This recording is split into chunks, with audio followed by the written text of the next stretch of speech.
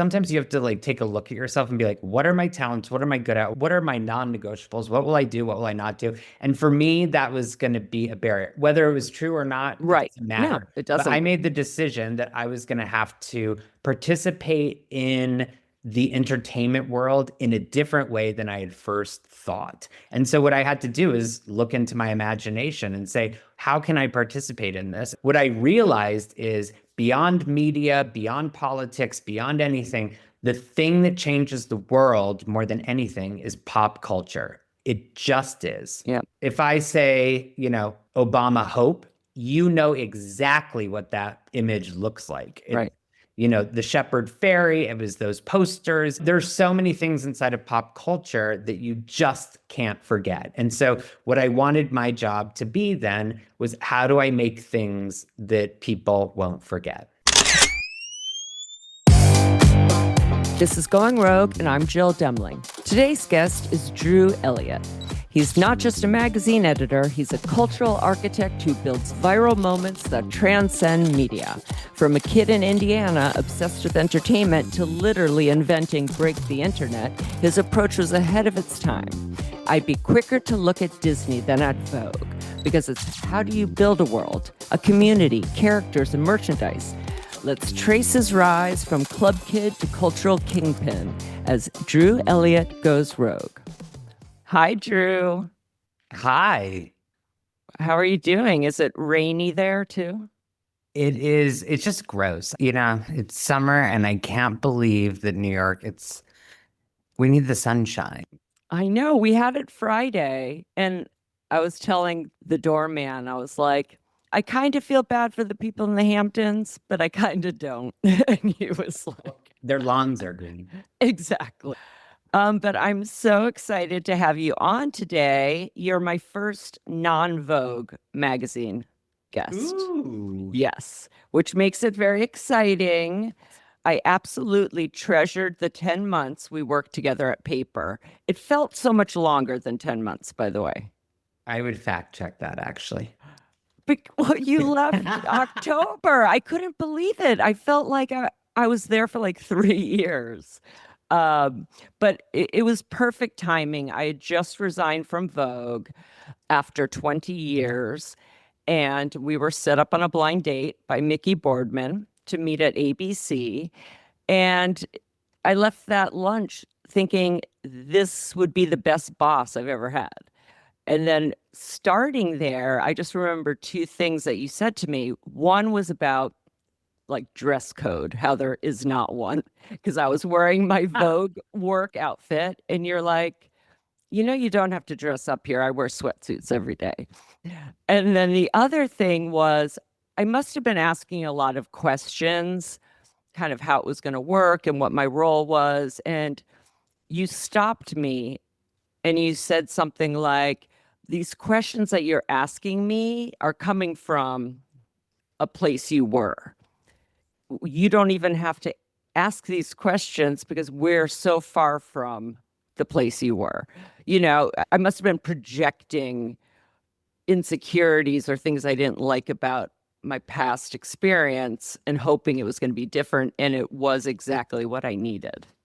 Well, I think the cases was, of course, at Paper. And I think everywhere where I go is, I think you hire geniuses and people who are experts and then let them go wild and come up with all the best ideas. I mean, of course, at the end of the day, it was my responsibility to then decide, choose, et cetera. But if you didn't have everything and you didn't have everything to choose from, which is what you're excellent at doing as far as casting, it would be like, just like 1,000 ideas and a description and why and this. So you had all of your research and everything. And then the job of the team is to then say, okay, let's shine a light on these things. And I think that's really important.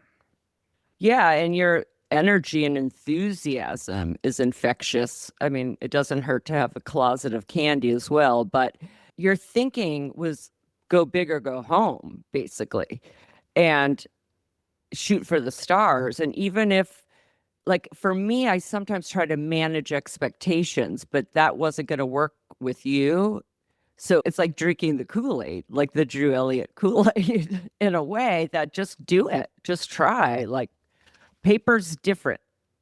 Paper is different. And I think I started working there when I was 19. I interned, I was Mickey's assistant. I was then Kim Hastreiter, the founder's assistant. And, I had done so many jobs there. And I think the key thing about paper is in most cases, the answer was no. So people didn't want to do this, et cetera. And I think the greatest moments at paper came when we turned a no into a yes. And so it was always just keep pushing the boundaries and keep pushing what you believed the audiences would want to see, what you thought the celebrities wouldn't have thought of or already done themselves, and then how you collaborate with remarkable photographers, stylists, makeup teams, and editors to create the biggest, loudest idea. Because at the time when we were working at paper had to be successful because it was either that or go out of business. Because, Right. an indie magazine at the time when Facebook, Meta, et cetera, was just coming up and the big magazines were really dominating, it's either stand out or close. That was what was happening in that business. Right. So for the global listeners who may not know Paper Magazine, I wanted to give a little background because people might be tuning in thinking we're talking about Vogue. So f- just a little spiel, and then you can fill in blanks and let me know how accurate this is. So, founded in 1984 by Kim Hastreiter and David Hershkovitz, Paper Magazine quickly became the downtown New York alternative to uptown fashion glossies.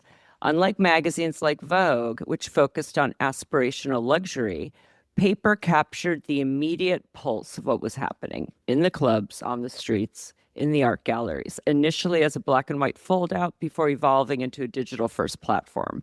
Gaining significant cultural influence, Paper championed New York subcultures, nightlife, and emerging talent, discovering and propelling figures like Madonna and Jean Michel Basquiat before they became household names. It consistently pushed boundaries, celebrated trailblazers and nonconformists, and truly documented the downtown scene. As Cyndi Lauper noted, it wasn't like other magazines.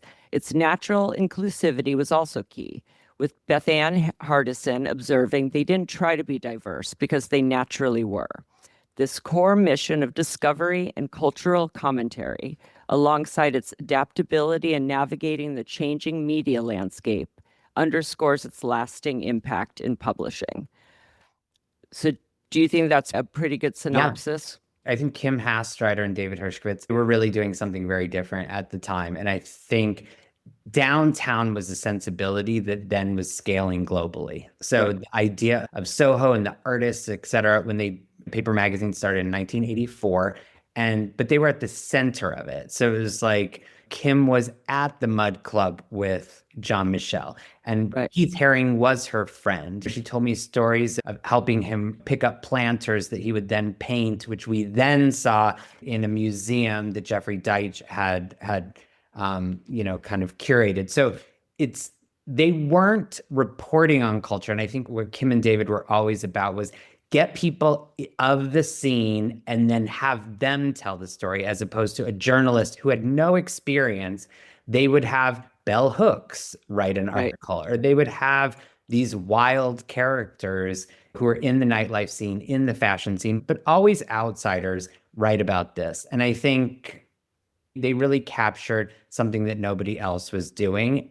And also, they were always very ahead. So, Paper created a website in 1996. It was the first magazine online outside of, I believe, Wired was first, but it was really a big deal. And David Hershkovitz tells a story about having Calvin Klein, not the brand, the person, come to the office and explain what the World Wide Web was.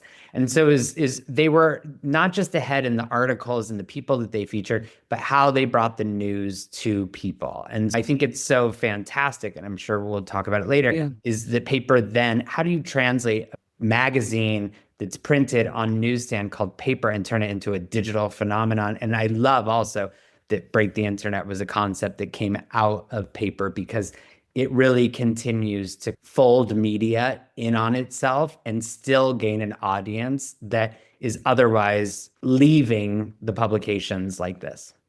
Right. And it's been interesting because so many of the people I've interviewed reference paper.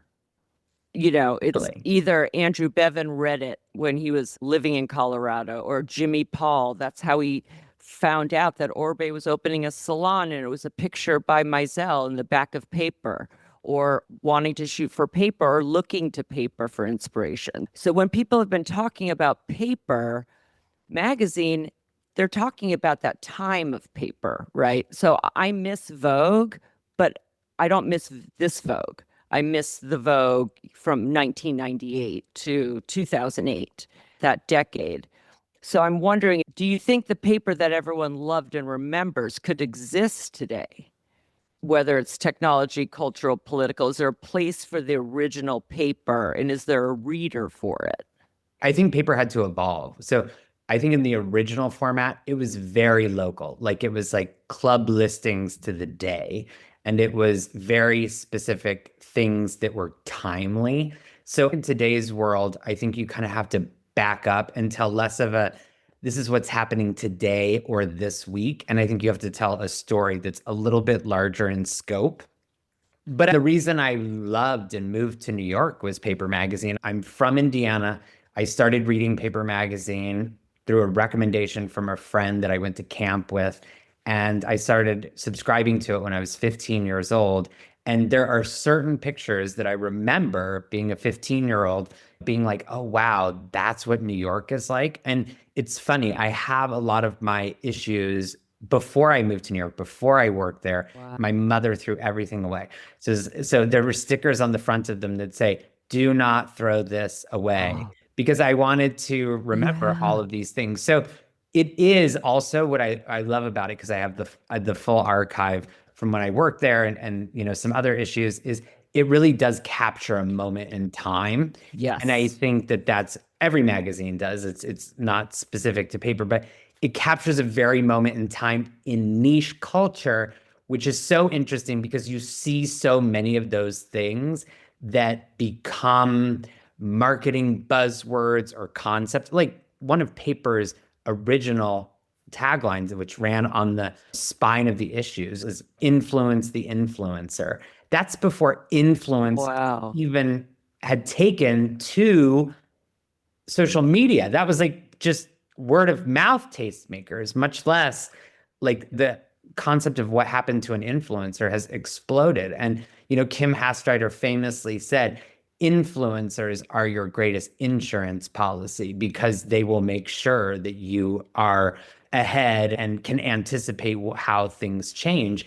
And if I look at it today, she also realized that food culture was going to be big. And this is like when nobody Yeah. was talking about chefs. Today it's ubiquitous. And so I think Kim, calls herself a truffle hunter.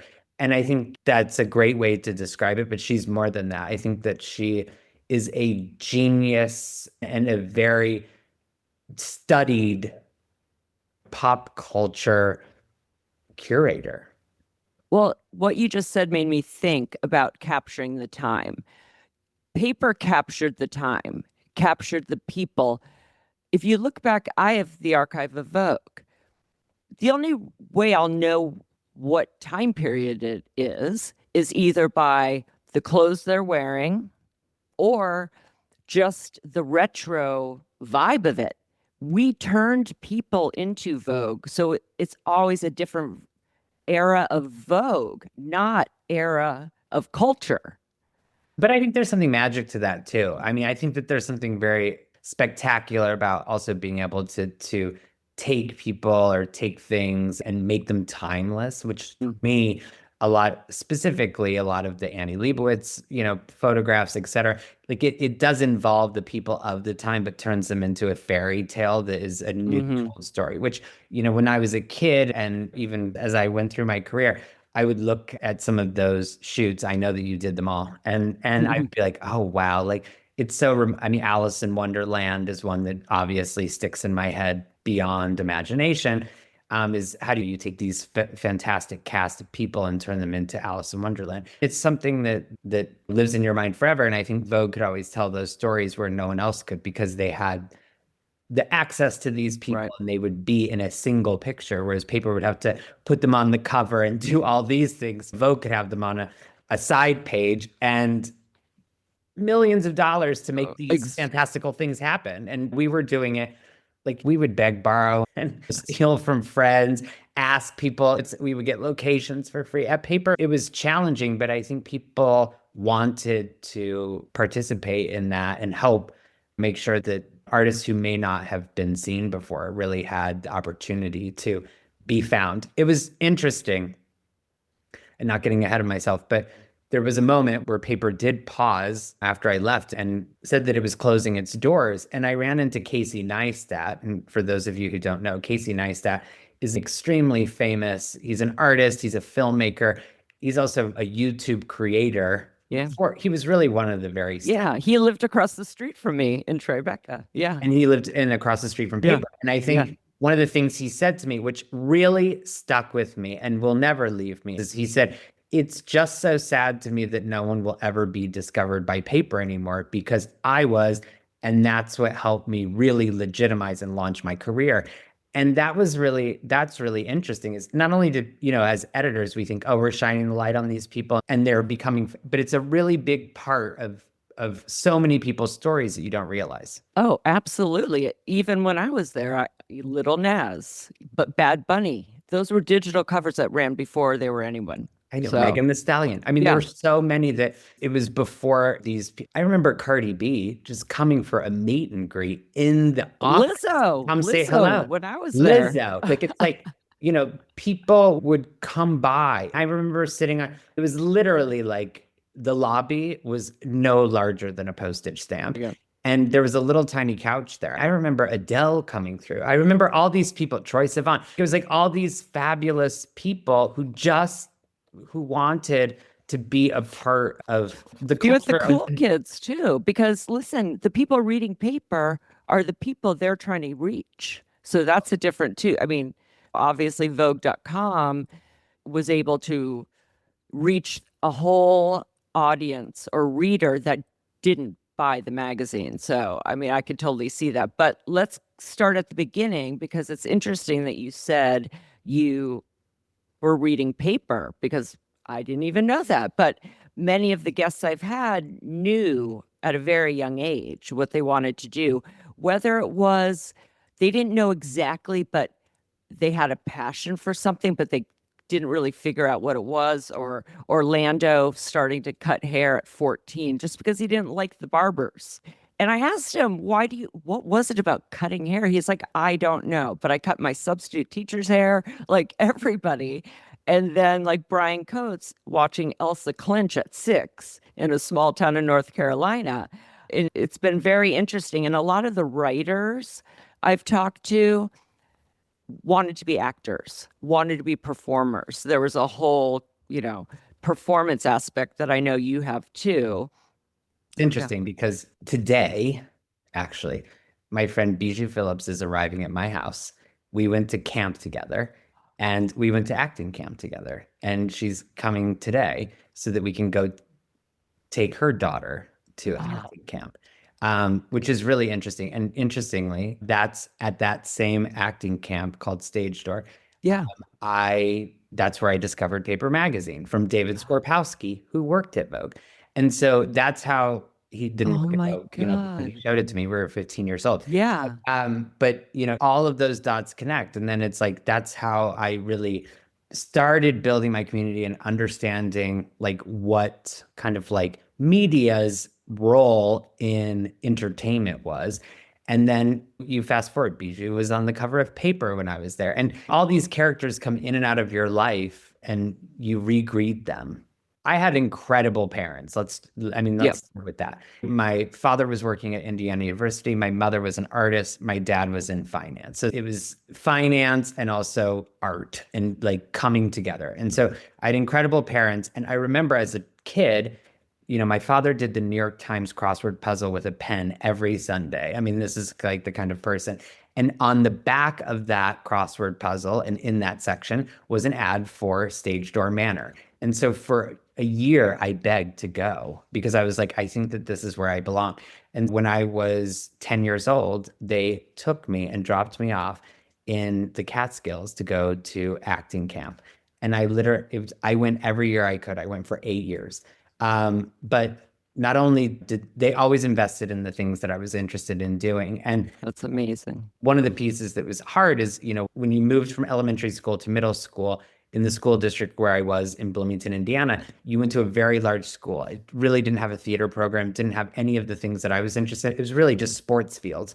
And that wasn't going to work for me. So my parents every day, my father in the morning drove me an hour and a half to school because I went to a school Right. in Indianapolis. Yep. And then my mother would pick me up at 3 o'clock and drive me back home. Wow. And at this time, what other forms of entertainment are you into? Like, obviously, this pop culture. I mean, you ended up going to college for it, which I wish I had thought to do, which is amazing. But where do you think that came from at a young age? Like during that time period, to be so anything entertainment, anything about entertaining and being entertained. It seemed like it was all consuming in a way in all different forms. Totally. I mean, when I was 6 years old, my birthday gift was my mother had a stage built in my basement so I could do performances. And then, for my seventh birthday, I asked for a Nintendo, not because I wanted to play Nintendo, but because I could trade time with the neighborhood kids. If I gave them this, then they would be in my plays and do all this stuff. Oh So my I would lease it out like God. Blockbuster, and then they would be in my performances and do like all these wild things. So at a young age, I wanted to create theater, all of this type of thing. And my mother, who is an artist, would help me build and My make costumes and God. all of this type of thing. So I was never interested in sports or video games or anything like that. I wanted to bring what was in my imagination to the real world. That's really what I was most Wow. interested in. I mean, and then you went on to study pop culture and English at NYU.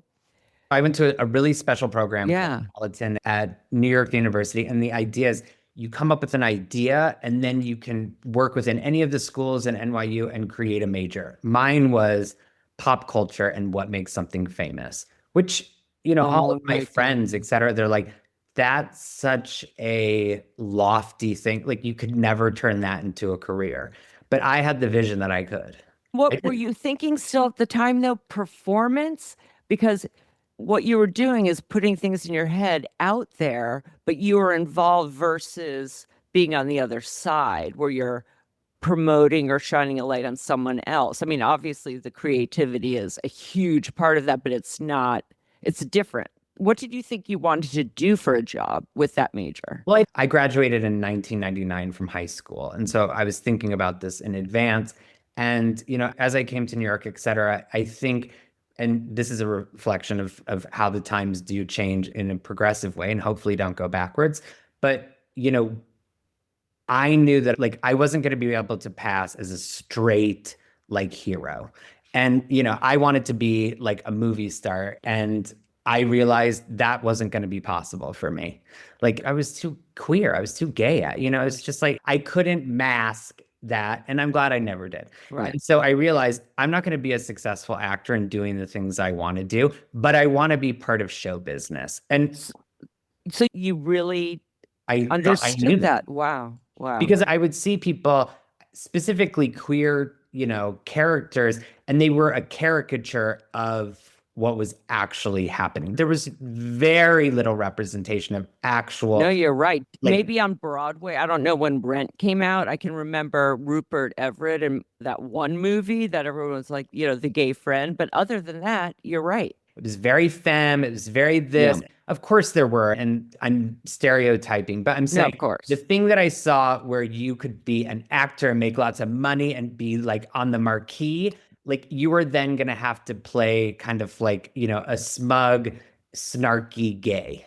No, you're right. And a lot of gay actors didn't come out at that time. So, Totally, but I wasn't going to be able to pass. And I think it's important too, because I think that sometimes you have to like take a look at yourself and be like, what are my talents? What am I good at? What are my non-negotiables? What will I do? What will I not do? And for me, that was going to be a barrier. Whether it was true or not, it Right. doesn't No, matter. it But I doesn't. made the decision that I was going to have to participate in the entertainment world in a different way than I had first thought. And so what I had to do is look into my imagination and say, how can I participate in this? And so what I realized is beyond media, beyond politics, beyond anything, the thing that changes the world more than anything is pop culture. It just is. Yeah. If I say the Obama hope, you know exactly what that image looks like. Right.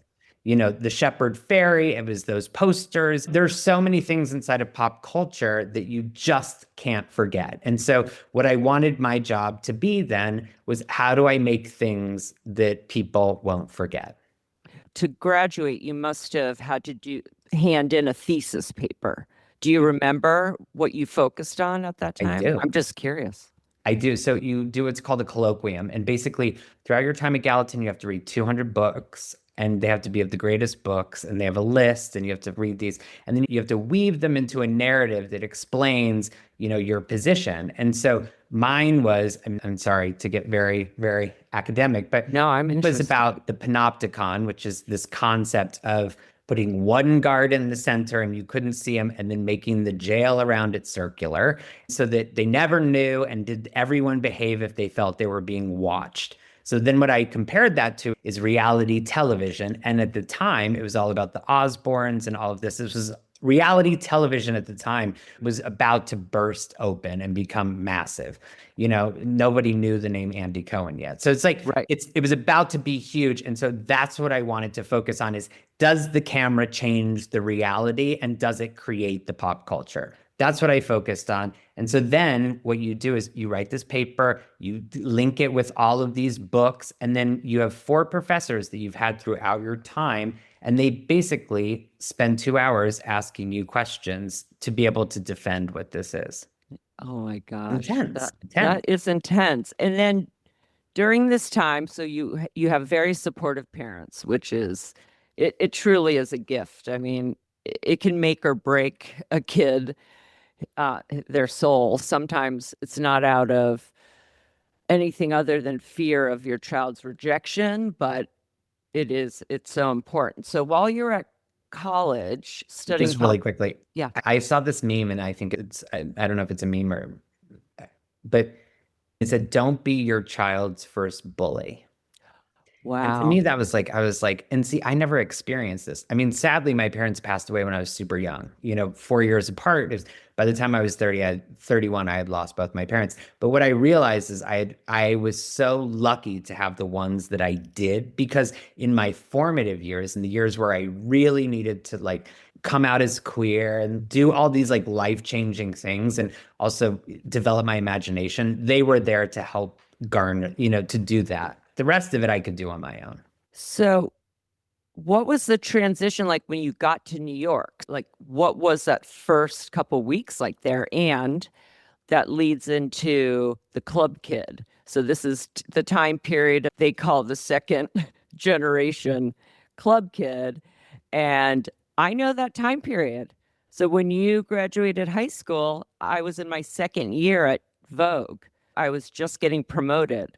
So I completely know what the clubs were like then, before Giuliani kind of shut them all down. But I think we went to different ones. I went to Limelight a lot, Life.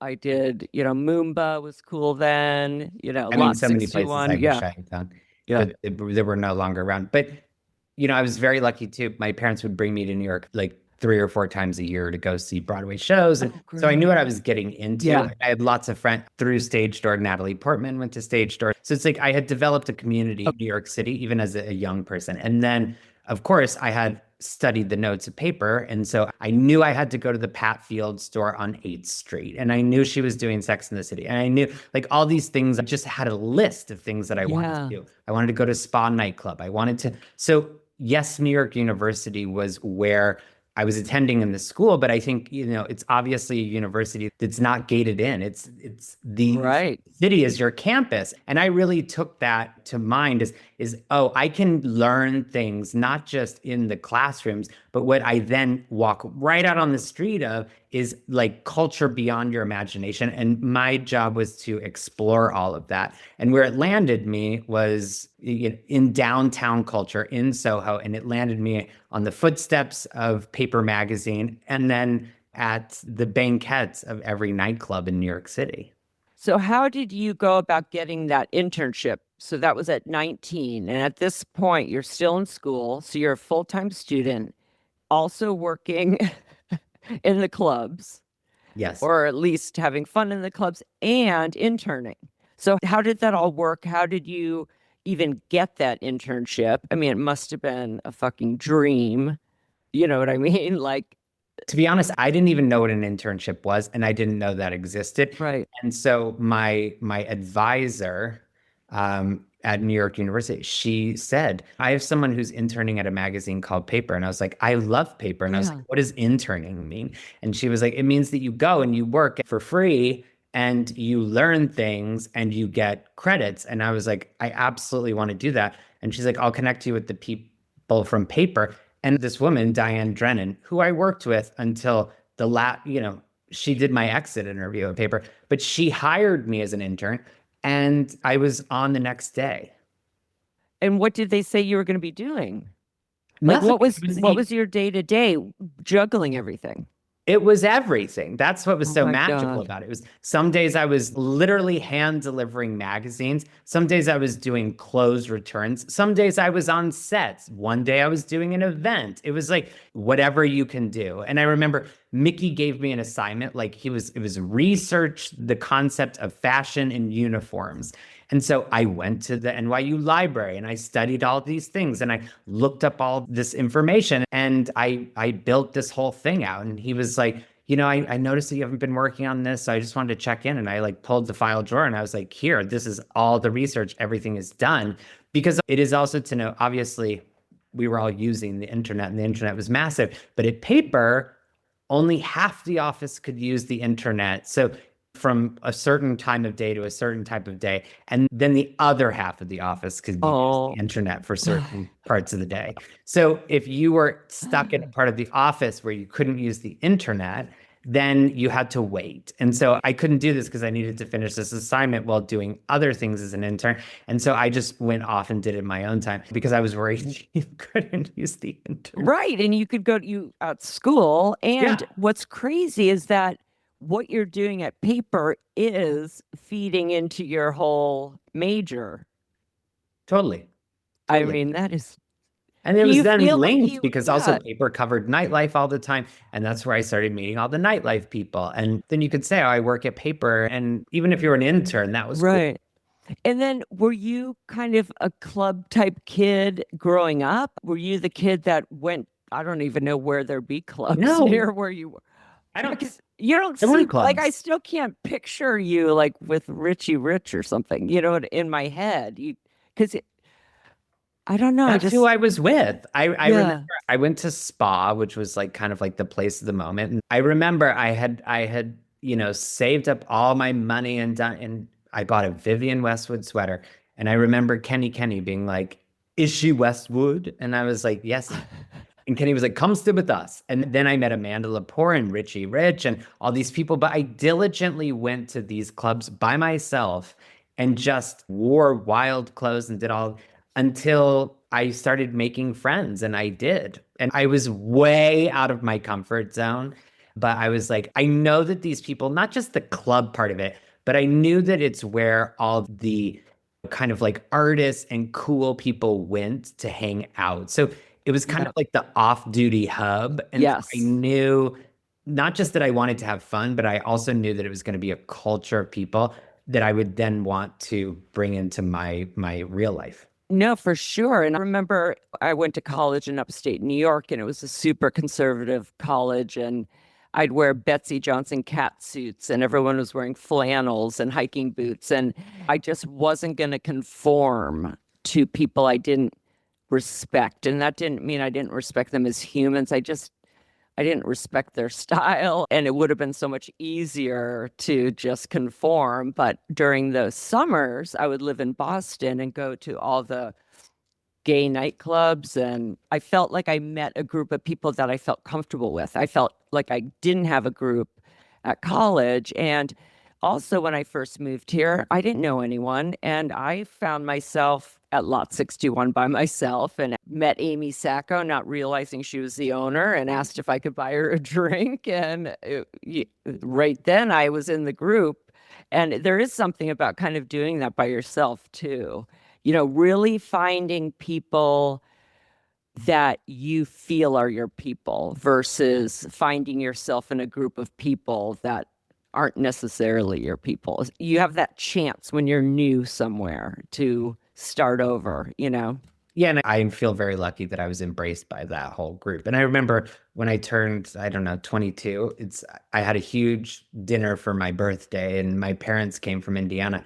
And really it was Amanda Lepore, it was Boy George, it was like all these, must have been when I was a bit older, but it was like all these like amazing characters of nightlife. And my dad was sitting next to Amanda Lepore and spent the night talking to her. My mother was sitting next to Boy George and had conversations with him. And then we all left dinner and I went back to my parents' hotel that we was in New York.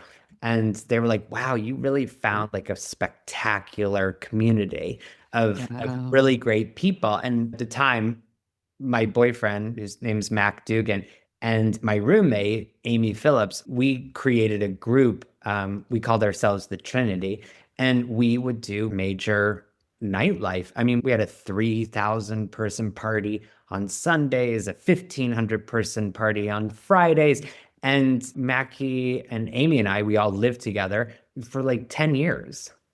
Oh my God. Yeah, And but we did all these things together. I do feel like a lot of the people I've met and relationships I have are from at night, from the bungalow 8 years. I really Yeah. do feel that that serviced me. Maybe I'm making excuses because we went out so much, but I do feel there's something that happens when you're off duty, but you're still on duty, especially pre-Instagram.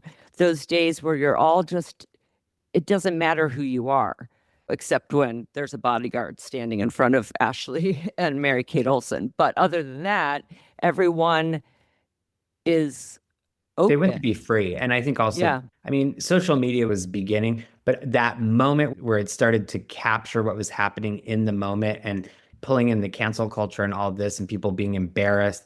And I think once you got inside the club, people, at the time, they were more free and also Exactly. you had access. I remember nights out with like Bjork or Alexander McQueen or like Katy Perry, like all these like spectacular people. Yeah. You just had a lot of fun Yeah. and everyone deserves to have a lot of fun. No, And I think no, it was great. Those days were great. So when you're nearing graduation, you've been interning at Paper.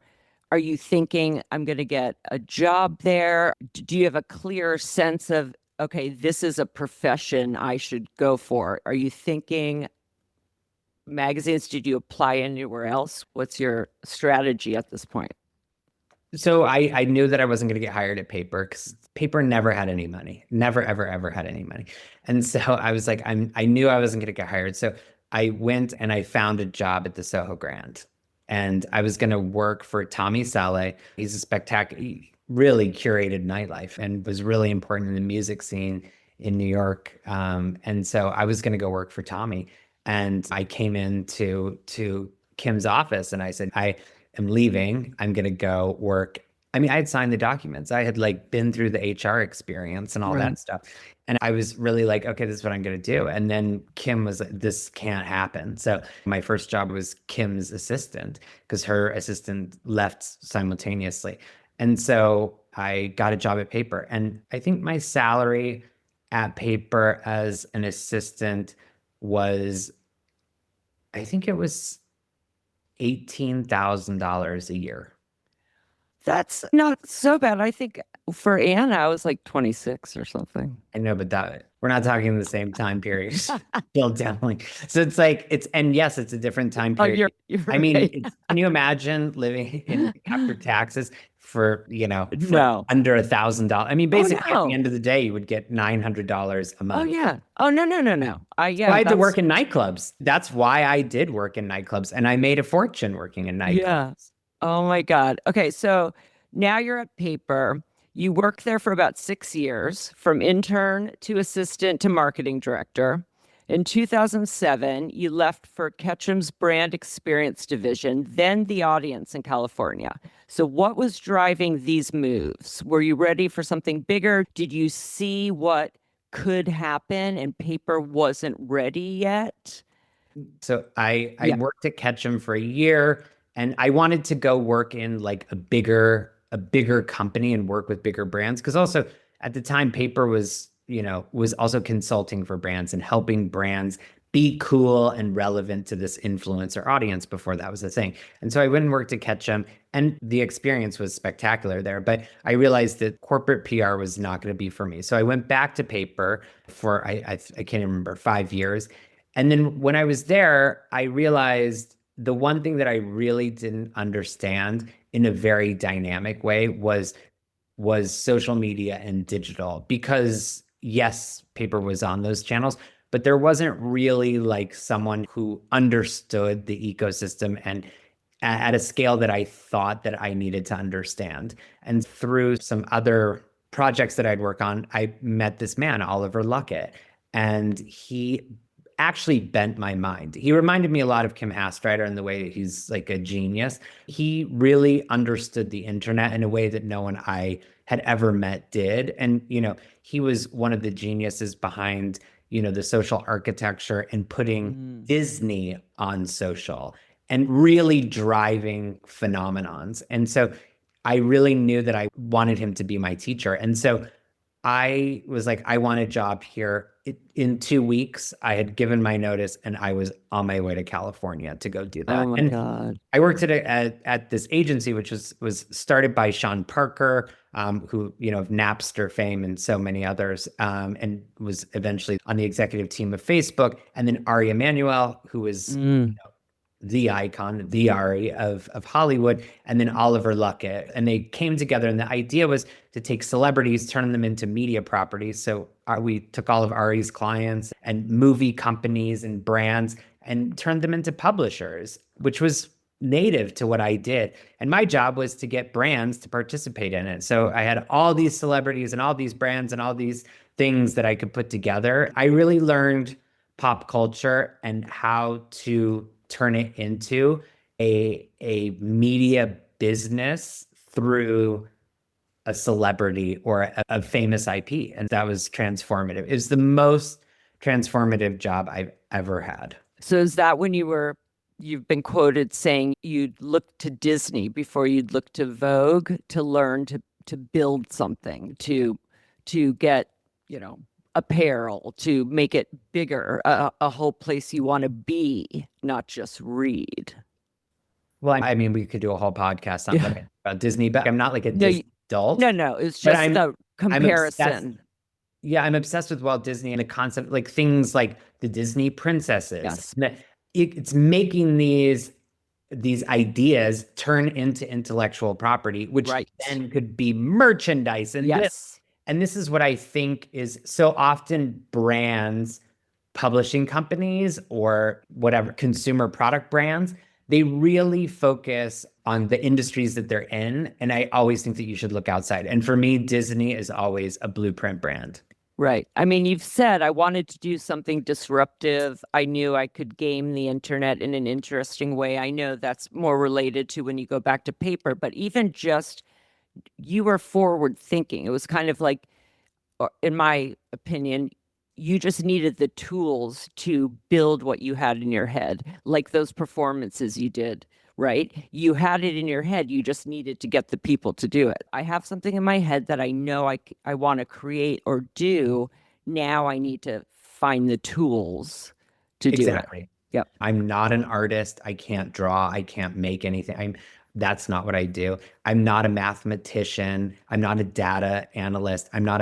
But what I do know is, I call it math and magic. It's you can find the right artists, you can find the right data and information, you can put those together in a recipe that is uniquely yours. And that is how you impact culture, is through listening to it and then changing it, or listening to it or reminding it, and putting an emotion or a piece of artwork or whatever it is into the internet. And really, between Oliver Luckett and Kim Hastreiter, I really started to understand how you could really shine a light on culture and then turn it on itself, create new work, and then put it into the world. Right. Okay. So when Kim and David bring you back as chief creative officer in what was that, 2013, 2014? Was that Yeah. because they realized they needed this digital expertise, or were they stepping back a bit? You know, the business was obviously changing so much with the internet, but how did you get back there, and why didn't you want to continue where you were? Well, the audience was in a place where it was a startup, so it was selling. It was going to Okay. be sold. Okay. So I knew that that was on the horizon, which was exciting. That was, that's, you wanted to go into startup world to see that happen. And to be honest, it was less about Kim and David and what they needed, and more about, I really missed paper. I really missed that whole editorial experience. It's a different kind of access because obviously, the audience we were working with, really spectacular talent and people, but I missed that kind of like edgy, cool New York. Right. And so I wanted to go back. And also I wanted to go back because I wanted to bring modernity to paper. Right. I had a real vision of what that was. And so I kind of went and I explained it to Kim and David, and they were on board. I knew it wasn't going to be easy because obviously they had dedicated their careers, most of their careers, to this kind of like concept, and had done a tremendous job and had kept it afloat against all odds. But I could see how it needed to shift and change. And I explained this concept of the internet, and they got on board. And Yeah. So, how did you approach reinventing a legacy brand for the digital age? And what was the vibe like at Paper? I mean, they probably all loved you anyway, but you're moving pretty quickly to this high position from starting as an intern. You hear stories of that happening sometimes, but when you're going over people that have been there for a while, sometimes there is, I don't know, some growing pains. yeah, I think that wasn't the culture of paper. And I think, it's yes, there were a lot of people that were there when I was an intern, and they still remained. But I think really my thing was less about me or less about titles and more about just how important paper was to really bring it to the next, Right. the next generation. I think what paper was always amazing at doing is showing people something that they had never seen before. And what my concept of it was, we could do that with a celebrity. So we could show a side of them that people had never seen before, or we could show them in a way that never had been seen through the use of artists that weren't typical, or using Right. photographers, et cetera, that people hadn't seen. And so it was all about the creative community and bringing it a new piece of pop culture, as opposed to just reporting on someone's movie that was coming out, which was the standard way of doing things. Right. And they gave you that freedom. I'm sure you wouldn't have gone back if you didn't have freedom to start bringing it to where you needed it to be for the visions in your head. I always felt freedom at paper. I mean, it was very guarded, but I think if you had a fabulous idea, they were definitely ready to listen and take action on it. Okay, so the Kim Kardashian break the internet cover, November 2014. That seems so long ago. I know. And I like remember where I was sitting at Vogue when I mean, it's so crazy. So that changed everything. It got over 50 million views and put paper back on the map globally. I read that you and Mickey came up with the idea walking around the block on a smoke break. And then that Mickey, every time you left the office for a smoke break, he'd grab his jacket. Can you walk us through how that happened? Yes. So the idea when I came back to paper was we were going to do a redesign and a relaunch and really kind of like go big. And so what I wanted was the biggest stars in the world. So as I was coming back, I was like, Mickey, let's get Kim. And so Mickey got Kim, and it was, we're going to do her for the launch of the new look, the new thing, this for September, which is, September is the January of fashion, says King Right. Price. I wanted that to be the big release. And it was a hard no from Kim Hastreiter and David Hershkovitz because I think it was just too far. It was too much change all at once. It was too pop. It was too this and like mixed with the cover. So we ended up doing Courtney Love and Brooke Candy, which was fabulous for launch. And I think in hindsight, it was great that we had a moment to pause. Number one, because we wanted to do that. But Mickey had already booked her. So we were doing her no matter what. It's just that wasn't going to be the time in the moment. And so we had to think of a way to sell it in. And Oh, so so they weren't sold on her because you hadn't come up with the concept yet. we hadn't come up with the concept. I knew that I wanted Jean Paul Goude to shoot her because he had worked with paper a lot and he was a friend of Kim's. And I just knew that there was something because his photos of Grace Jones Right. and you know, any photo that he does really captures your imagination. I knew I wanted that to happen. And so, you know, we But left they editorial wait, meeting. but they weren't sold on Kim yet. Is that the piece that you had to? I think it was everything all in Okay. combination. The Yep. change over, the, you know, the new format, the new look, the new this. It was just a lot. And I think Right. that, which is fine. That's, you know, it was their company. And so part of it is you have to understand that. So, I mean, that said, I was frustrated. And so we left that meeting and I went directly to the elevator, which meant that I was going to go downstairs and smoke. Luckily, I Yep. don't smoke anymore. And so Mickey followed me, and I was just like, I don't understand what they're not understanding Yep. is Yep. if we do Kim Kardashian with John Paul Goode and recreate this image, I was like, Mickey, it will break the internet. And he was like, let's call it that. And I was Oh like, my God. okay. I was like, and so I'm like, oh, and then we can do all of these things. And so then we repitched it the next day, and it was everyone was on board. But instead of September, we were going to do it as a work of art, tie it to our Basel, make it a much bigger thing, and have the appropriate time to do it. So Right. we created the break the internet concept for that moment. And it's something that definitely changed my life because I think it was all of the thinking and all the things that I knew we could do and we had done in smaller capacities and I had done at other projects. It was something that was like a branded moment in time that I was recognized for kind of Right. illustrating it. But it's kind of ballsy to call it break the internet before it broke the internet. You know what I mean? It's like you are throwing it all out there like this is going to break the internet. And it did. It did. And what I think is so interesting about it is, you know, now is we read that term every day. This broke the internet. She's Yep. breaking the internet. It's on every news program. Oh, this broke the internet today. If you think about TikTok, TikTok is what's trending is what breaks the internet. So this concept of virality was not famous. Right. And so this kind of put a brand to it and it created the actual bar of pop culture. Did something break the internet? And really what it means is, did it reach ubiquity and did it stop your feed and did it make you notice? And I think Google did a whole look at it. And I think I can't remember the exact facts, so don't quote, but Yeah. I think they had said that basically every person in the world in 72 hours had seen that image 3 times. I mean, It just that viewed so many. I mean, forget how many people came to the website. I mean, just where it was recreated and the memes and all of right, that, right. Where it was it became so covered. famous. Yeah. People covering it. Well, that leads to our collaboration because having that be the first, it sets the bar. And for someone that's been booking celebrities for 26 years now at Vogue, that would happen where I'd get someone great. The numbers were so big that they would sell that next year, that month, based on the numbers that the year before did. So I was expected to find someone that could match or sell better than the person that they're basing it on.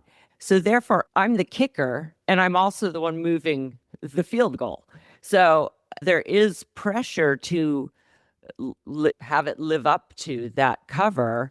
And I remember when we were working on Break the Internet, you had so many ideas and they were so amazing. And I still remember the idea you had of Diana Ross wearing Supreme. That has to be done. Or Timothy Chalamet in the t-shirt, all of his fangirl t-shirts, or all these concepts. And the fact that you don't really take no for an answer, and generally I don't either. Um, Pulling off the BTS shoot was pretty crazy. Well, I think the key thing is, I think when you work at a brand the size of Paper, where you're really indie, you have to think of ideas almost like a venture capitalist. You're going to come up with 10 and only one is going to live. But if you can do it and you can do it really well, then it will be massive. And so what was great is you wouldn't get everything to go through. But what you could do is make every idea as potent and as big as possible, because eventually someone's going to say yes. And they Right. did. And, we had such a run of the most remarkable people. It was like Miley Cyrus, followed by Nicki Minaj, followed by, it was like, it was hit after hit after hit after hit.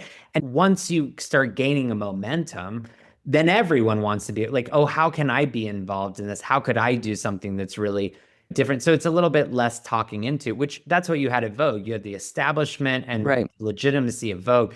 What I had to work on is that people felt it was worth their time. And also at this time, really this whole, owning your own media channel and your own brand inside of Instagram. Like, these celebrities didn't need magazines anymore. They had 20 million Right. followers. The magazines had less than a million. And they were like, I don't need to do a cover with you anymore. So we were kind of like battling both of those things, but it was so fun to like be able to come up with the concepts. And really it was the amazing editors and people. They were geniuses. They were looking at the internet all day and they understood how they could really take culture and turn it into something spectacular. Yeah, well, I observed when I was working with you the amazing way you work with celebrities and you get them to trust you. I'll always remember like Miley and the Pig or Rihanna in the Mini Mart, Bodega. Bodega. And even the cover that was circulating around Vogue that Sally Singer had brought into a meeting was the Christina Aguilera without the makeup. So, I think that was one of my favorites. oh, it Yes. was brilliant. But what was your approach to the celebrities? I mean, I know when I was there, I'd make some calls, but I really leaned on you to sell it. Having you in the room with Colin Kaepernick, which we can talk about, but you were the linchpin to get it across the line. Well, I think what is popular is at the time, for magazines to cover the people while they're in cycle, meaning it's when they have a movie out, an album, etc.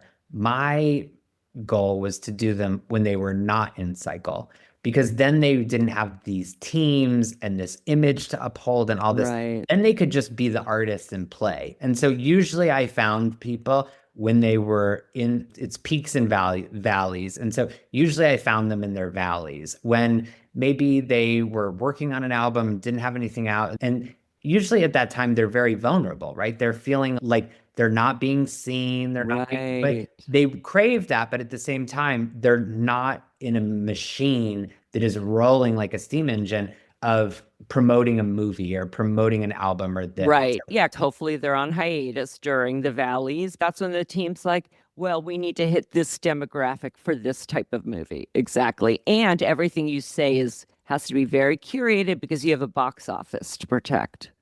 Correct. And so at these moments, it's really when these people were artists and they were just themselves.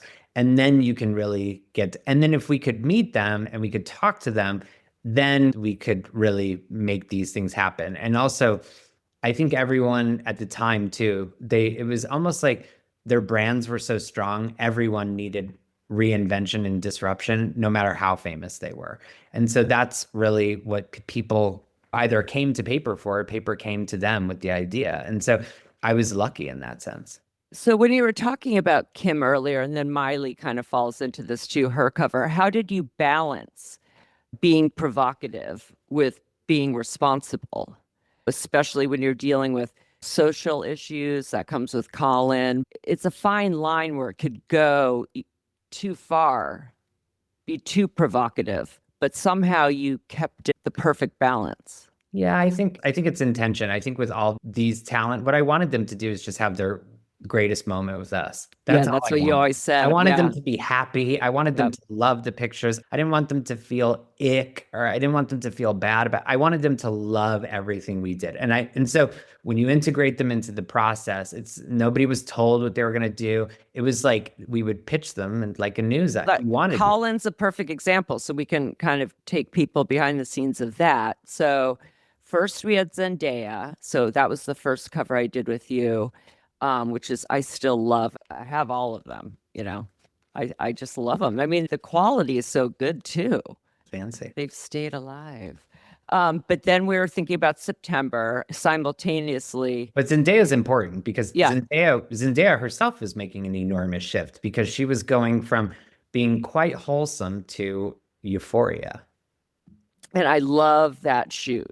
I love that shoot.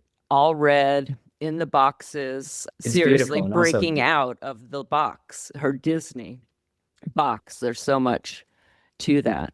and Law Roach, who is my good friend, and we worked together so much and really, he helped make all of that come true too. Yeah. No, and did you meet him on America's Top Model? Were you guys on that together? Yeah, so I had never met Law, but I arrived on set the first day. Um, I was on America's Next Top Model as a Yeah. judge and also the creative director. And I met Law on the set and I was like, oh, this Law really has a story and he has a really interesting background. So while we're on America's Top Model, how was that? I mean, and you're still balancing paper too. I mean, that's insanity. I feel like you don't sleep at all, even since you were a kid. I I feel think like, I don't get a lot of sleep, but I don't like a lot. It's the same as when I was a kid. I would kind of like shut myself off and then just go to sleep and then wake up because I go to sleep really kind of depressed because I want to be doing things. me too. Like, I can't wait to wake up.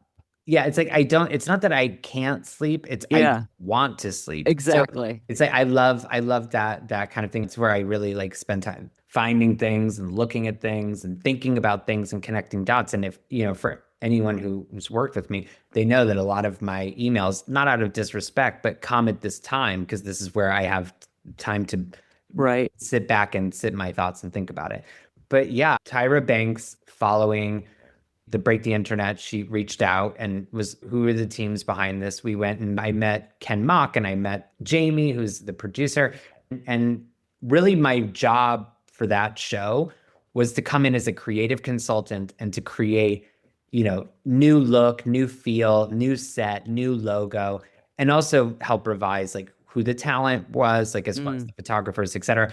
And so I did that job. And in the midst of it, then they were like, can you actually also be on the show? And Oh I my was God. not sure that I wanted to do that. And so I ended up doing it. It was really rewarding because at that time I was not known at all, which I was pleased as punch about. But it went from that to being on television. And, Chris Jenner said this to me. She was like, there's nothing like television famous. And she wasn't wrong. Because, Yeah, and you I know, mean that's kind of living out a childhood dream too, you know? It's yeah, not and acting, but it's still it's exactly what you felt there wasn't a role where your face or your name would be somewhere, and here it is. yeah, that was fun and exciting. And also, then you start realizing it's like, oh, the kid from Indiana who didn't see themselves now sees, and kind of how I was, living in Indiana, Right. seeing Michael Musto on E. And I was like, oh, this is interesting. So you start seeing jobs and opportunities because you see people that you're like, oh, that's more like what I want to do. And so it was one of the greatest experiences of my life. And I learned, I mean, how fabulous is Oh, work with Tyra Banks and Ken and create this amazing show that landed on MTV and VH1 and it was fun. yeah. So, thinking about the BTS, that was such a crazy time when we finally got a yes from them. It was just nuts. Like I still laugh about the story of just even getting to Korea and Mia and Jonathan getting stopped. Like we were trying to figure out how to get the clothes. They were coming right off the runway, basically, from Virgil's collection. Well, yeah. So to Yeah, back up, yeah, like the concept was like obviously BTS was like the massive, but again, paper can't just do BTS, right? right, So it was how do we put BTS in? I mean, Virgil was just at the beginning of Vuitton. And how do we put them in this Virgil Abloh Vuitton collection and then have Lisa Frank illustrate over it and create right. something that is really spectacular? And to put all those together that was what was unique about paper is you took all these things that people were obsessed with. Like Right. people wanted Virgil to be extremely successful as he was. There was the nostalgia of Lisa Frank cartoons and Yes. the drawings. And then there was Anime and all of that. Yeah. the massive fan base of BTS globally, like no one had ever seen before. So when you put that in a blender, that's what you Yeah. I create. remember when it's like it wasn't enough to get BTS in Vuitton. I'm like, I got BTS, but that wasn't enough. And I'm like, oh my God. When you introduced the Lisa Frank thing, I was just like, I can't tell them. Like, I'm just thinking about let's just get the shoot done and hoping that maybe that part went away and it was not going to go away. And then the fact that the trunks of clothes, you're carrying clothes for 7 guys, shoes for 7 guys, and we didn't have enough time to do carnets or anything like that. They get separated, the clothes get taken. Mia has to go to a store in Korea, go to Vuitton store. She has a fitting the next day. She doesn't have the new clothes, all these pastel beautiful clothes. So she's pulling from the store, doing a fitting with the store clothes. And we're on like 12 hours difference or whatnot. So I'm in the Hamptons, it's in August, and I'm staying up late to see when she wakes up if she got the clothes. And just so happens the clothes are released the morning of the shoot. Yeah, and also everything was just so secret. We couldn't say that it was, oh, this is for Exactly. BTS. And I think that's the magic of doing the jobs that we do. People are like, oh, you have the most glamorous job. You have the most and this. And I totally agree. It's really glamorous. But it does have key moments where you're just like, I don't know how this is gonna happen. Like I don't know. I know I can dream that it will and it will be spectacular, but I don't know how we're gonna do this. Yeah, I've come to just rely on history in my experience, and it's always worked out. So I really don't have time for the stress about it not. It's still there, but I just don't acknowledge it because there's no point in it. I just have to think my track record is it works out. But then, of course, their team was all upset about the Lisa Frank. And then I think once the guys saw it, they loved it. And I mean, I still see those images. I definitely see the ones from inside. They're always referenced with Vuitton. It's as if Vuitton, who ended up signing BTS, it's almost as if they use that as if that was a campaign of theirs. I'm like, They no, did. They did though. I know. Like because they signed BTS and then they used the images from that shoot. They just took the images and turned it into a campaign because it was COVID. They Oh, but couldn't shoot. did they get them from the photographer then? They did. Yeah. Oh, That's what was run. that because I felt like you should or paper should have gotten some shout outs. I I'm yeah. I mean, whatever. Yeah. It is what it is. Everyone's always like, oh, you should get credit for this and this. For me, that's never like it's Yeah. the exciting part. I think the Yeah. part that's exciting is, and everything that I create is, and that I work on is always like 3 month to 6 month to a year lag time. So I get really excited about it then. And Yeah. whereas I'm very proud of it, I lose that like, No, that's true. And it's just another way for it to live on. But were we thinking that if BTS doesn't work out, we have to have a backup? Is that with Pete Davidson? Because we got him going around the publicist because Tommy Dorfman was going to do it. Tommy went straight to Pete. So that's how that happened without anyone else knowing. And it's just so funny because I was on that shoot that Julia Fox was Barbie. And who would have thought she would have just, I mean, obviously in your mind, you always kind of know, but it's like everything you touch ends up being I mean, huge. full credit to Tommy Dorfman for that because she really understood what was going to happen. But I think also, you just take the most spectacular people and put them together. That cover to me was so fun too because it's like, Pete Davidson, who at the time it was everything was about big dick energy, Exactly. BDE, and it's like then you show him as Ken like with the smooth, like and so that agency and that power. And then you have Julia Fox, who's this Yeah. like downtown cool, and then turn her into Barbie. It's like it's the misalignment with perception and culture, and then creating the culture that makes it. That was the I mean, and we had both of them. It's both. like a double break the internet. Yeah. And then definitely through my whole career, I think that Colin Kaepernick is the one I'm proudest of. It was a lot of work. Um, and that was a great example of the collaboration that you allow with talent to really build a story, and you're giving them the platform to do so. So you are pretty much giving paper to Colin to express what he wanted to express. You are the platform for him to do so. And it was a lot of work getting these activists together, and it was full collaboration, more than I've ever seen since or before, where someone's so involved in, because it's everything he believes. So putting a belief in your mind in practice into photographs and text. There's a lot for someone that doesn't do interviews. This was his expression. So it had to be very specific. And Well,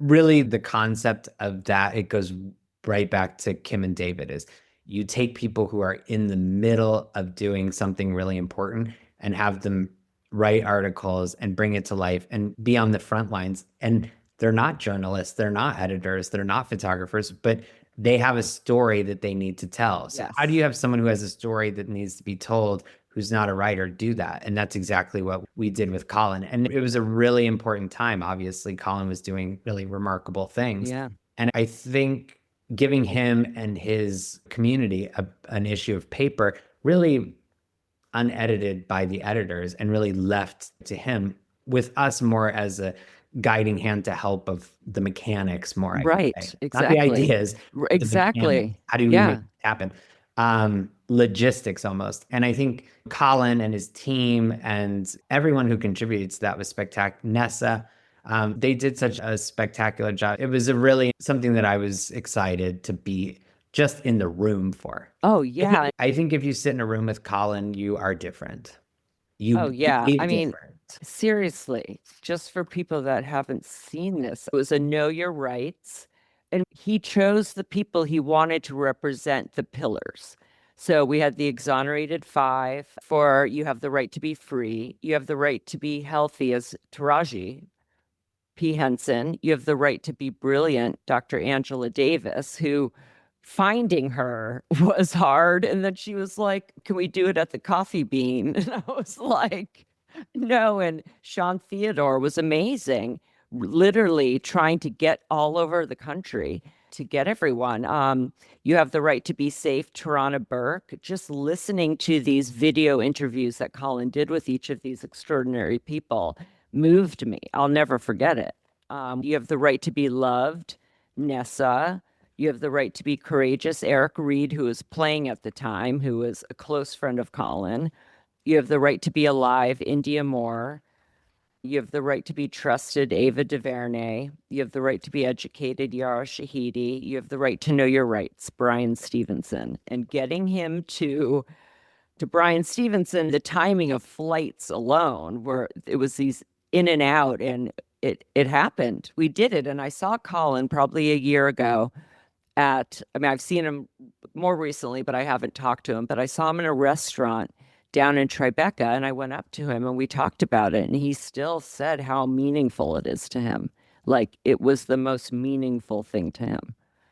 I think the whole thing was such a chance to like say take the wheel of this car and do something incredible. And I think, this is something again I learned from Kim is you just put all your trust into someone because you believe that they're a genius and that they have a story that's so important or a concept or idea or an image in their mind. And he did. And it was a really rewarding experience. And I think when you're doing those projects, when it is like that, work has no hours. It's not that you're a workaholic or it's not that you are obsessive. It's just there's something that you want to get out and that you want the Right. people to see. And I think as being someone who works in that medium where you're showing the world something that maybe they hadn't seen or thought of in a certain way, yes, you want excellence, but also there's a responsibility component to it, and you take that responsibility really seriously.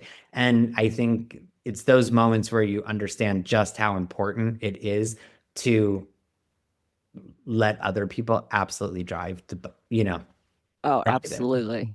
So, looking back at the journey from Bloomington to becoming this cultural tastemaker in NYC and around the world, what are some of your proudest moments? I think we just talked about one, and some of the more difficult ones. I do think how people overcome the challenges or obstacles says more about someone sometimes than their success. I really do. And I've been asking everyone I have on just how they do that, how they pull through those moments. Yeah, I think I'm so lucky. I'm so lucky that I've just been able to have these amazing opportunities and jobs and things. And I think the thing that's the most rewarding, the most exciting is working with people, specifically young people who are just getting started or need help. And they don't have to be in the magazine business or pop culture, whatever they're doing, but in any business. And just being encouraging. I think Mhm. it's in this time, specifically now, where everything seems like it's discouraging. I find myself on the phone and talking to people all the time just to encourage them to do what they are good at. I think we're in a moment where the world is telling everyone it's kind of like the angel and the devil on the shoulders. It's like, oh, you could be an influencer or creator and be famous overnight. And then on the other side, it's like, oh, you'll never do anything. And I think it's paralyzing to people because Oh, yeah. they see the reward, but they're not really sure about the work that it could take or they should do or how to even get started. So Yeah. for me, the most rewarding thing that I do day in and day out is not a cover. It is not any of those things. It's the person who didn't think that they could do something that you encourage them to do, and then they got to live their dream. Like your parents did for you. Did for me. Yeah. And that's the thing that I think about day in and day out. And how can I do that? And Yeah. it might be corny. It's the No, absolute truth because I think someone said to me, your job can't be your purpose. And it was like, that makes that's, sense. but it's funny because talking to so many different creatives that I've worked with, some of them feel this is not my life, this is work, but most of them feel it's my life too. It's But one thing. for me, it could become my life because then what my life is about encouraging people to be the star that they are or find the talents that they have that they might overlook and to help them amplify those things. And so that can be a full-time job Right. while you're doing the Yeah, job of exactly. making a magazine or whatever it is you're doing. You can turn that into a job if that's what you want to do. And then for young creatives who want to work in this industry, especially those coming from smaller places like you did, what advice would you give them about finding their creative community and in this ever changing industry? What are the most important things to learn to even get your foot in the door? And that doesn't have to be technical, it can be even just emotional learnings to be able to enter this industry today. For me, the number one thing for any person who's doing anything is to get started. I was actually thinking about it yesterday. I'm like, what does get started mean? I'll give you a fitness example. Yeah. To get abs, I have to do this and this and this and this. Or what you can do is you know how to do a sit up. Just start doing hundreds of sit ups. Start doing that. You're going to see results. Then what you're going to do is say, okay, now let's start fine tuning this. Okay, I need to do Right. these sideways ones or leg lift or whatever it is you end up having to do. But once you start seeing results, then you can fine tune. What I think I see so many people trying to do is have every tool available to them, but you just don't. So just get started with the things that you can do Right. and you are able to on your own, and then get the momentum and build the strength and then start.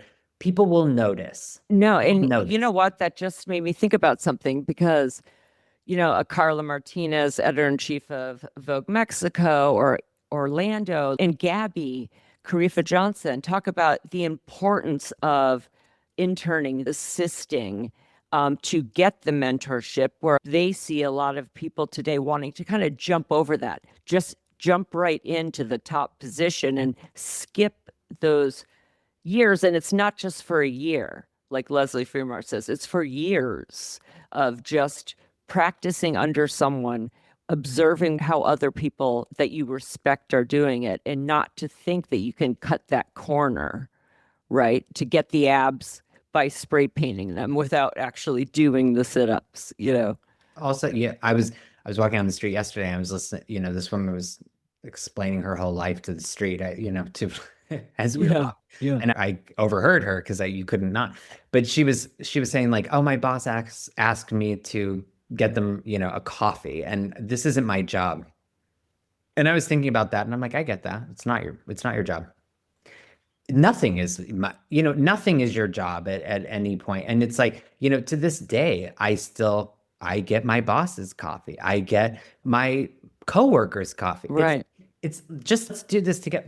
Stop thinking about what is and what isn't your job, and think about Mm, what's the goal. How are we going to get to what we want to do, and put a different energy into the whole yes. thing. Because I think, yes, I understand it's not easy to intern for free. It's like I had bills to pay too. I had to work in nightclubs and do this and do that. And it's hard. And when you're not making a lot of money, you got to go and do a couple things. It's like there Yeah. is an element. It's very rare you meet someone who's really successful who didn't have to do a lot of other things before they got to the thing that Yeah. they did. Yeah. I agree. So, what do you think your superpower is that made you so successful? I mean, I know from listening to you, we know, but how would you describe it? I think my superpower is that I am able to see talents inside of people that they may or may not know, and to understand how you connect the dots and connect people together in ways that they can do really magical things, both whether it's creating art or images or whatever it is, and also just for themselves. And I think that's what I hope is my, I don't know. You tell me what my, Yeah. No, I mean, it's all of the above and everything you've said today. It's just your way of thinking, how you see the world.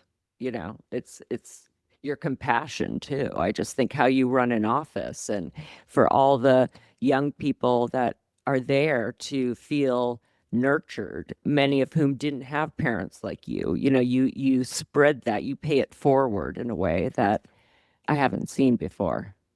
yeah. And also, I can also make a decision. I'm also, I'm Oh yeah, you don't settle. You There's no definitely don't. settling. I have huge expectations of myself, and I have a huge responsibility to bring what I know is possible to life and keep moving the finish line forward. Yeah. And I think some people can hang with that and some people can't. And I am fine if you need to hop off. I'm Yeah. absolutely fine because I have a responsibility too, whether it's to investors or Yeah. brands or boards or whoever it is. It's I take that really seriously. And to your point, when you have to comp year over year and you have to do those things, and I think being a person who, I've always kind of had like a creative job. Again, I'm not an artist, I'm not a creative person. I'm much more of a business person. And I see the responsibility of finances and being able to pay everyone's salary and all that. 'Cause I've been a business owner too. And once you start realizing the calibration of those things, Mm. then I think it becomes more clear why you make certain decisions and ask people for excellence. Yeah, it's just funny because when you said businessman, I'm like, I almost think of you, and it just popped into my head as like Willy Wonka. I don't know why that's, it's there's something you step into your office and you might not have believed that that was ever possible before, but you come in and you talk about it and you believe it can happen. Oh, There, yeah. I very much believe that, if you have a great idea, tell as many people as you can. yeah. You want something to come true, bring people on board. The more people and the more energy. To me, it's all about energy. Oh, for That's why sure. rigor, etc. Yeah. And I loved Willy Wonka as a kid, and I think part of his magic is like it's make the impossible happen. And I love Roald Dahl. I love all those books because Yeah. it's like they're always characters who you fall in love with. And I want people to love what they're doing. You go to Yeah. work, Yeah. spend a lot of time doing it. And, it means that you're away from your family, and it means that you're away from your friends, and it means that so I want people to love the experience of what they're doing. Just like Yeah. we're talking about the shoots and everything. I want people to feel like that's an amazing picture of them. Yeah. You want them to love the concept. I don't want to do something that people don't like. Exactly. It's just so funny. I'm like, I do not have Willy Wonka written down, but I do think that is what I feel. Maybe it's the top hat. No, I'm kidding. So last question before we do the rapid fire. Mhm. So you literally invented Break the Internet with that Kim Kardashian cover. If you were still leading paper today, who would be your top 3 Break the Internet cover stars right now? Oh my gosh, that's a good question. I think um, I still want to do something amazing with Timothy Chalamet. Yeah. That runs in my brain all day. I can see it too. Like I can just see Oh it. yeah, I mean Addison Rae, I think has captured the entire internet Hmm. attention, and so I think that I'm not a Swiftie, but I would love to do a Taylor Swift moment, Yeah. which I've always wanted to do. And I think the other thing too that I'll wrap this into kind of like some things that I think about is just because the idea doesn't happen today, keep it, hang on to it. I think so many people like generate so many ideas every single time, and it's like ideas aren't like a jukebox. You can't put a quarter in and it comes out. Right. Sometimes you just need to put them in a file cabinet and Yeah. think about them for later. So I love Doechii. So I think everything that I think she's so fabulous. Paper has done her. So Hmm. it's already happened. But I would love to do something with Doechii. I know. I mean, I still have a couple things, when I started with Edward too, there's a bucket list and I got all of them but Sade, and I will not leave this physical earth until I get that cover. Well, she has a new Um, album out. those things I can't not get it, you know. But okay, I like to end each episode by asking my guests 7 rapid fire questions. I added a fun 8th one for you that's specific to you, Ooh, but so everyone gets the same questions. Okay. hit AM or PM? both. Text or talk? Talk, Uber or Subway? walk, Book or film? film, Sweet or spicy?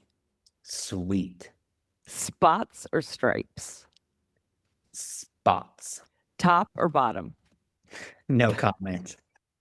Phyllis is a top. Okay, for you, break the internet or rebuild it? Oh, rebuild it. Yep. I would I love think your rebuild. what's so tremendous is, I think people have been so caught in we're in a moment of social. Everyone's like playing a part to it. What's interesting is now social isn't even enough. And it's like now we're going to use AI, which is the aggregate of every conversation and concept in the world to create what we think is new. And I think that there are going to be absolutely remarkable things that are going to be done with AI, and there's going to be absolute devastation, and there's going to be absolute garbage.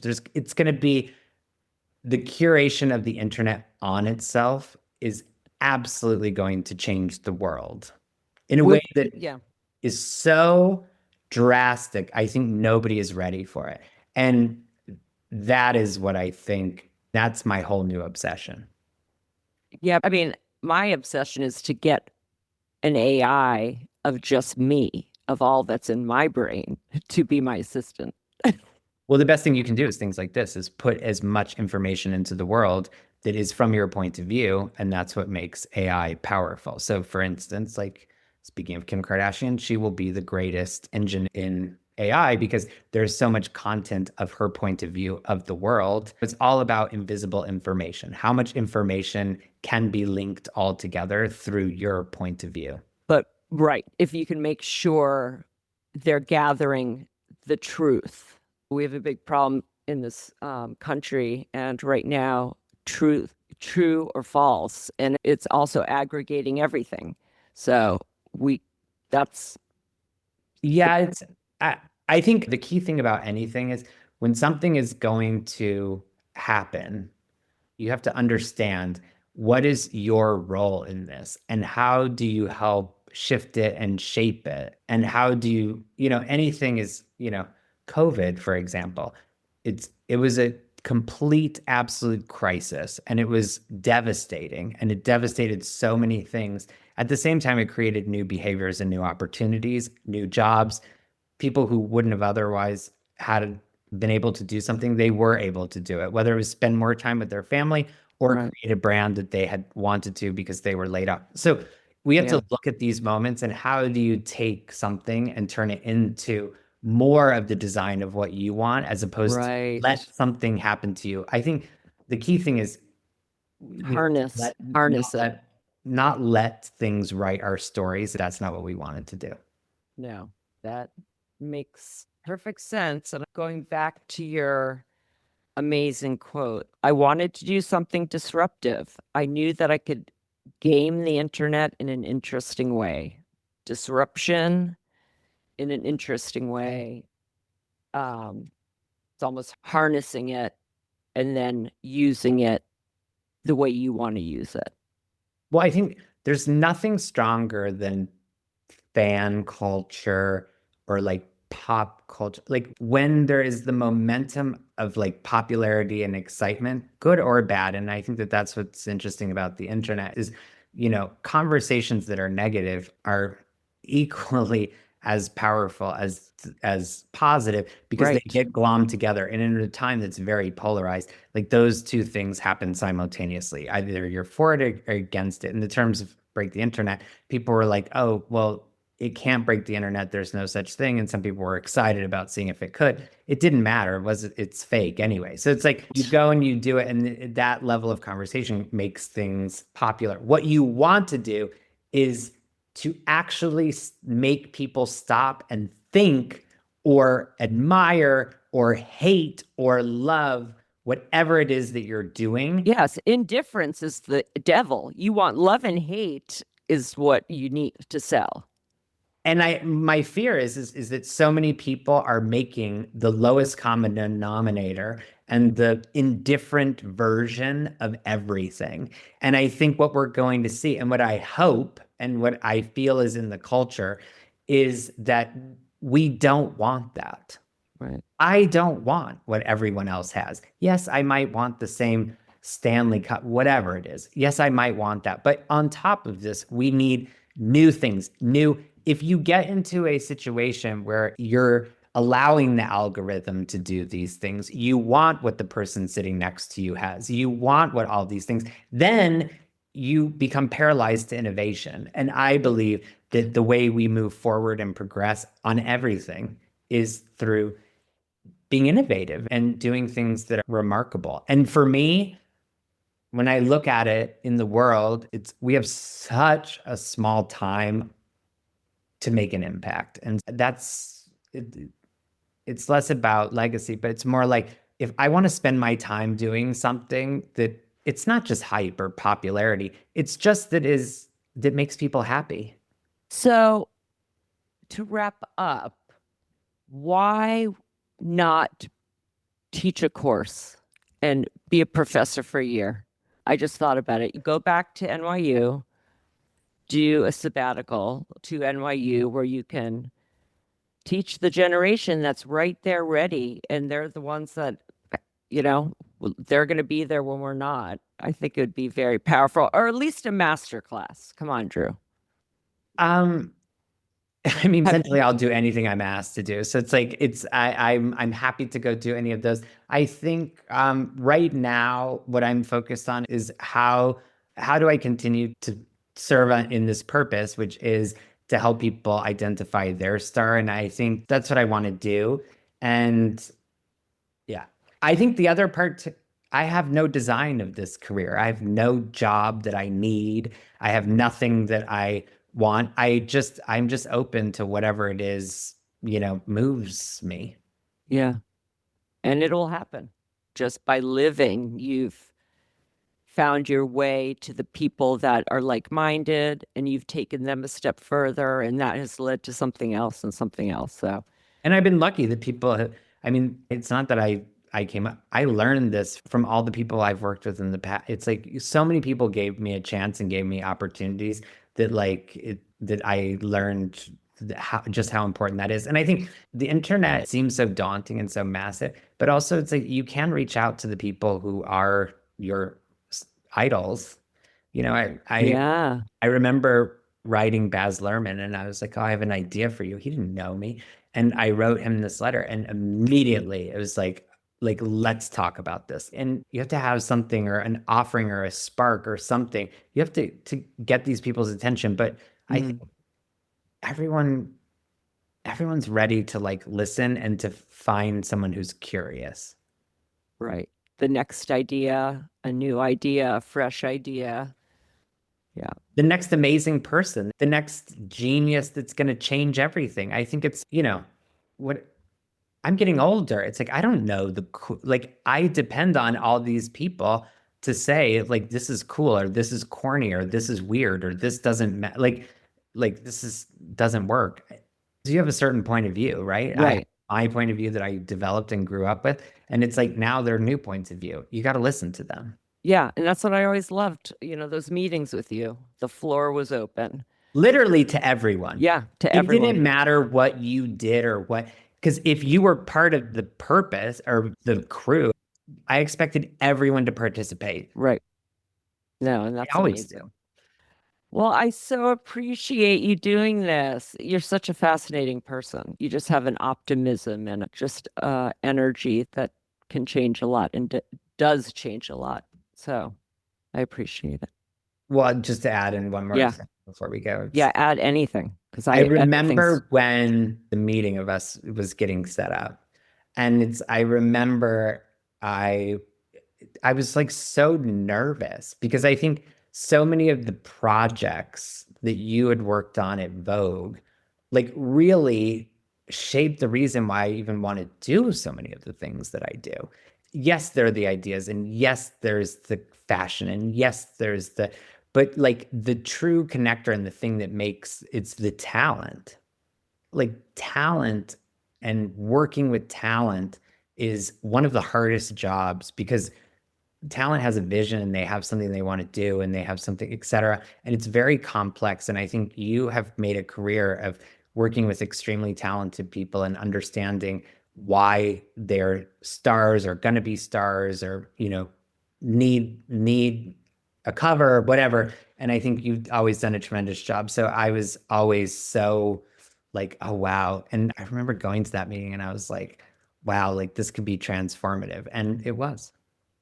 yeah, talent first. And the key with talent is trust. And that's why they loved paper too, is they trusted you. And I think with everything, once you gain someone's trust and keep someone's trust, you know, the world is your oyster in a way. You just have to get to that point. Not always easy. But you're the best. Thank you. Thank you. Thank you. Did you hit record? Yes, I did. I'm You made me nervous teasing. because one time I didn't record the first part, but that's why I hit record. But I actually just looked at it like, ay, ay, ay. I'm teasing. Oh my All God. right. All right. Thank you and have an awesome Sunday. I'll talk to you later. Okay. Bye. Bye. Okay, that's our show. Thanks for listening to Going Rogue, and be sure to like and subscribe. Today's show is produced by me and Maddie Rosenberg at Radio Free Rhinecliff with assistance from Maddie Kelly. Special thanks to David Vo for our great graphics and Taras Romanov for our epic theme music. See you next Friday.